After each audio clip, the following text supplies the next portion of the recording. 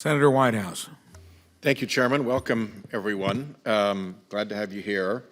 As you know, the Congress, on a very bipartisan basis, has given you some very significant new responsibilities and authorities, and some very significant new resources. I count $230 million for the new Advanced Reactor Demonstration Program, $20 million for the Nuclear Reactor Innovation Center, $65 million to support materials testing, $15 million for you guys to support your reorganization, to adapt to the new technologies and so forth. So,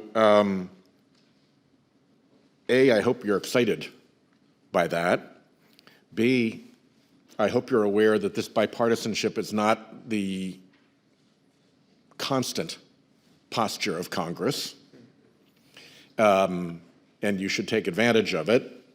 And C, one of the motivating factors for some of us in supporting these new bills and supporting this new spending is that these new technologies hold the promise, at least, of repurposing our nuclear waste stockpile, which now has no real plan. If you think Nevada's a plan, anything that's been the plan for 30 years isn't the plan. So we have no real plan. The ability to repurpose this, I think, is incredibly valuable, and it creates a very important public purpose to what you are doing. So I hope very much that in all of your decision-making, you are keeping in mind the importance of that solution. This is not just a question of getting new reactors running. This is not just a question of producing carbon-free power. This is also a very important question of seeking technological advancements that will give us a way to address our nuclear waste stockpile. If we were a company, that nuclear waste stockpile, if we were in Senator Braun's company, that nuclear waste stockpile would be a big fat liability sitting on his books. And every year his accountants would come in and say, what the hell are you going to do about this? Because we're going to have to report this big fat liability sitting on your books. Because the US doesn't account that way, it sits there more or less free. And that really diminishes our incentive in Congress to address the problem. This is about all we've got. So please don't let us down on that.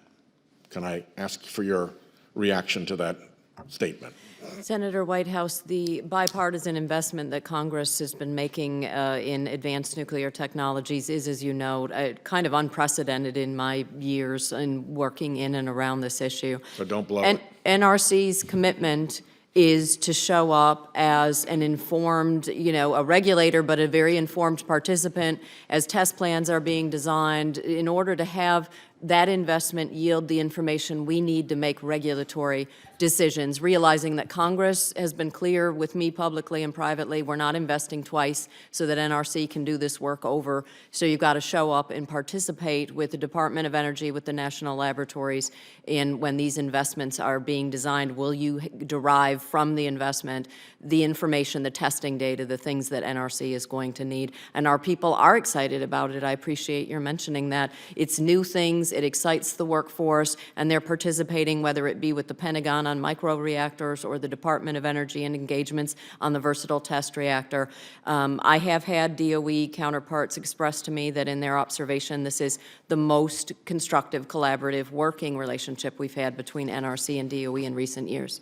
And in all of that, you did not mention restructuring or reusing the nuclear waste stockpile as a goal or a purpose or a function that and let me say, I'm sorry, I've put in your priority list. Yes, I'm aware that there are technology developers that have that as an objective. I was meeting with some innovators from Silicon Valley, and they said, why doesn't the government have a kind of a X Prize or something to really incentivize developers to make that a key design goal? I thought that was intriguing. Do you think you need further legislative authority to make addressing the problem of our nuclear waste stockpile as a potential energy resource a priority for you? No, for the developers and the private investors, if there was some sort of design competition around how could you make the most success in terms of utilizing the energy value of spent fuel. So they were talking more about the private investment and design. So if you have a fork in the road and you have a choice between two paths and one of them will advance the use of spent fuel as an energy source, all other things being equal, would you lean that way? Well, again, we'll review the request for safety reviews that come before us. All other things being equal, would that be an advantage that you would seek to pursue?